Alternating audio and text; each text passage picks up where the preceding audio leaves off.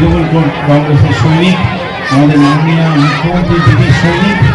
কিন্তু আপনারা দেখতেই পাচ্ছেন যে আজকে পূর্ণিমার চাঁদের আলোটা বড্ড বেশি। পূর্ণিমার চাঁদ যে বেরিয়েছে তাতে একটা গল্প ছিল, পূর্ণিমার চাঁদ যেন ঝলসানো রুটি। আমার এই যে পূর্ণিমার চাঁদ বেরিয়েছে, এতে বেশিক্ষণ আপনারা দাঁড় করাবো না, চটপট কয়েকটি কথা বলবো। নারায়ণ গোস্বামী আপনাদের প্রিয় বিধায়ক, উনি রাস্তায় আছেন, কিন্তু উনি যদি আসতে একটু দেরিও হয়, আমি চাইব না যে আপনারা এত ঘুম এখানে দাঁড়ান। হ্যাঁ, তো প্রথমেই আমি আমাদের মঞ্চে যারা আছেন তাদের সবাইকে শুভেচ্ছা জানাচ্ছি। আমি অলরেডি উর্নি পড়েই এসেছি, কাজে আপনারা ভালোবেসে আমাকে এখানে এনেছেন, সেটাই আমার কাছে উর্নি হিসেবে আমি গ্রহণ করলাম। আমি আপনাদেরকে এটাই বলতে চাই, দেখুন নতুন করে কিছু বলার নেই, ভোট কাছে এসে গেছে। আপনারা অনেক অনেক টিভিতে সব জায়গাতে অনেক ভাষণ শুনেছেন, নেতাদেরকে কথা। দাদা একটু শুনে যান তো, ওখানে যারা দিদিরা আছে একটু যদি দেখতে পাই। হ্যাঁ, যা আপনারা সবাই নানা রকমের কথাবার্তা শুনেছেন, ভাষণ শুনেছেন। মোদীবাবু, অমিত শাহ বাবু, ওদেরকে সমস্ত বড় বড় সমস্ত নতুন করে আপনাদের। ও বোনেরা একটু চুপ করো না, তোমরা বলছো কি দুপুরে পোস্ত হয়েছে, ভাত হয়েছে, মাছ মাংস, এগুলো শুনতে পাচ্ছি, আমার খিদে পাচ্ছে তো। আমি আগে বলে নিই, তারপরে সব শুনতে পাচ্ছি, কার বাড়িতে রুটি হচ্ছে, কে ভাত খাবে, সব শুনতে পাচ্ছি, হয়ে যাক তারপরে। হ্যাঁ, তো দেখুন রাজনৈতিক কোনো সভা মানে আমি ভোটের কথা বলতে এসেছি, মানে চিৎকার চেঁচামেচি করতে হবে।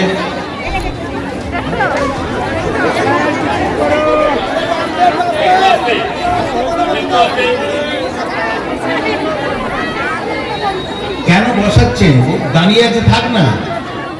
ছাতা ঠিক আছে, ছাতা হলে কি আছে, আমাকে কিরম দেখতে দেখিনি, একবার দেখে নিন, দেখতে হবে, ঠিক আছে?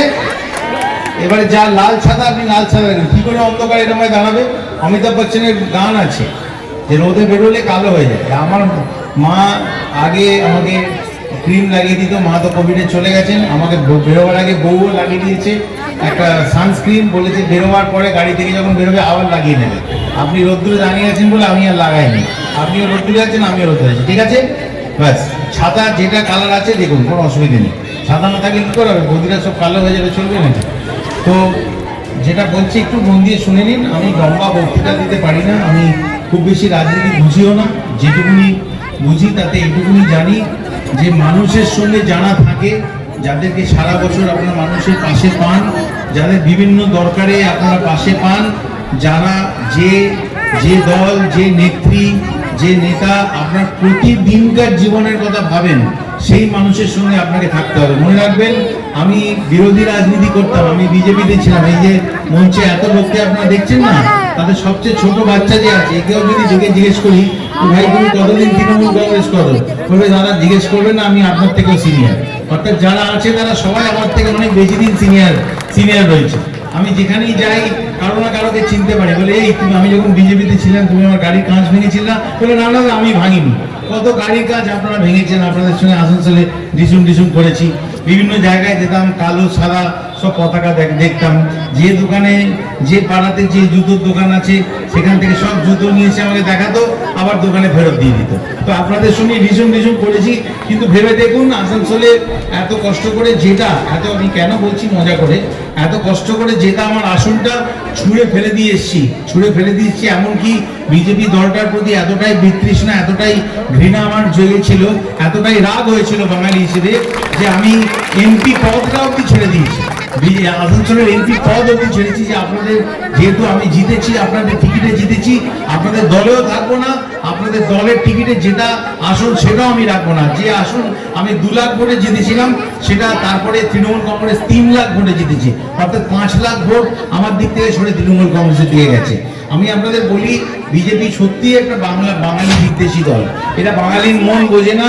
কিন্তু কালকে অমিত শাহ এসে 3টে ভুলভাল নাম, বাঙালির মন বোঝে না, বাঙালির হৃদয়ও বোঝে না, আমরা কিরম ভাবে ভাবি, কি খাই কি না, কেমন আমাদের কত বুদ্ধি আছে, ওরা খালি বাঙালিদের দাবিয়ে রাখে। আপনি দেখুন, পরশু দিনে একটা ইন্টারভিউ দেখছিলাম, একজন আমাদের ভারতবর্ষের খুব নামকরা জার্নালিস্ট প্রশান্ত ভূষণ তো আছেই, তাছাড়া যোগেন্দ্র যাদব, উনি বলছিলেন যে আগে আপনারা সবাই একমত হবেন যে যখন আমরা আগে এই ইন্দিরা গান্ধী বলুন, রাজীব গান্ধী বলুন, তারপরে অটল বিহারী বাজপেয়ী বলুন, যখন আপনারা কেন্দ্রে যারা মন্ত্রী আছে, দিল্লিতে যারা মন্ত্রী আছে, তাদের কথা ভাবতেন, তখন দেখবেন কত বাঙালি ছিল। প্রণব মুখার্জি তো কংগ্রেসের মেন লোক ছিল, প্রিয়রঞ্জন দাসমুন্সি থেকে আরম্ভ করে কত, সোমনাথ চ্যাটার্জি স্পিকার ছিলেন, কত বাঙালি ছিল।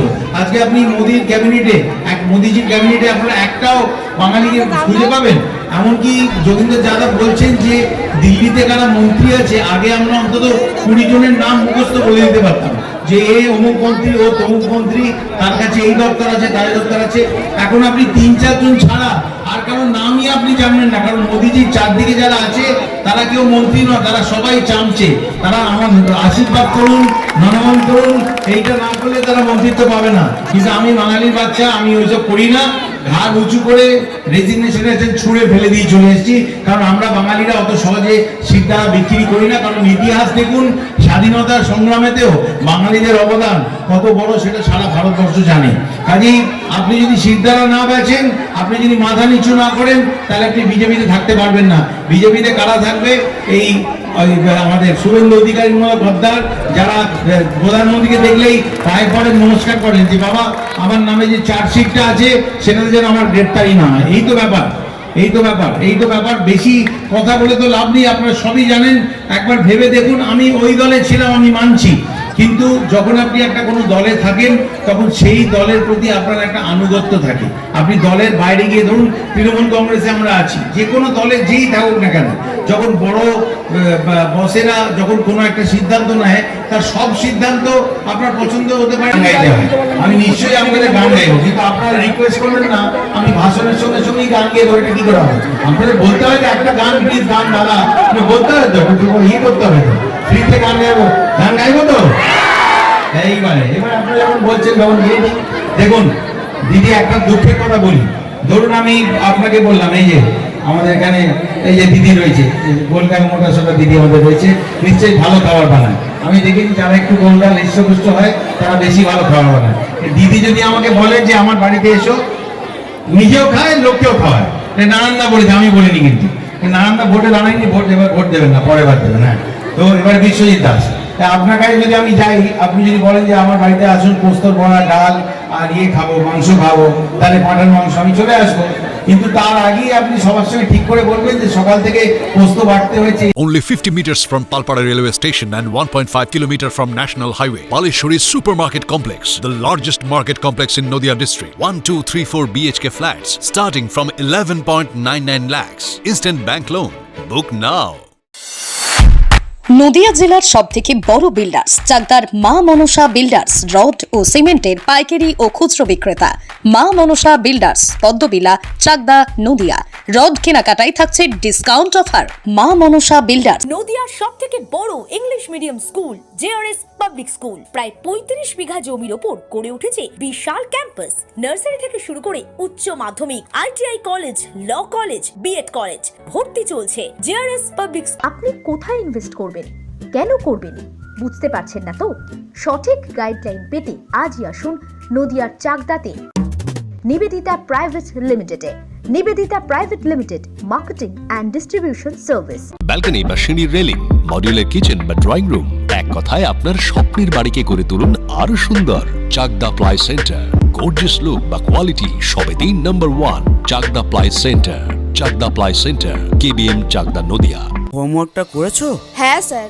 এ বাবা, ভুল করেছো কেন? চোখে কেমন ঝাপসা দেখছি, লিখতে আর পড়তে খুব সমস্যা হচ্ছে। চাকদার মডার্ন অপটিক্স থেকে ভালো চোখের ডাক্তার দেখিয়ে নাও। প্রতিদিন প্রকৃত চোখের ডাক্তার ও দৃষ্টি বিশেষজ্ঞ মডার্ন অপটিক্স, চাকদহে। স্যামসাং, জিও,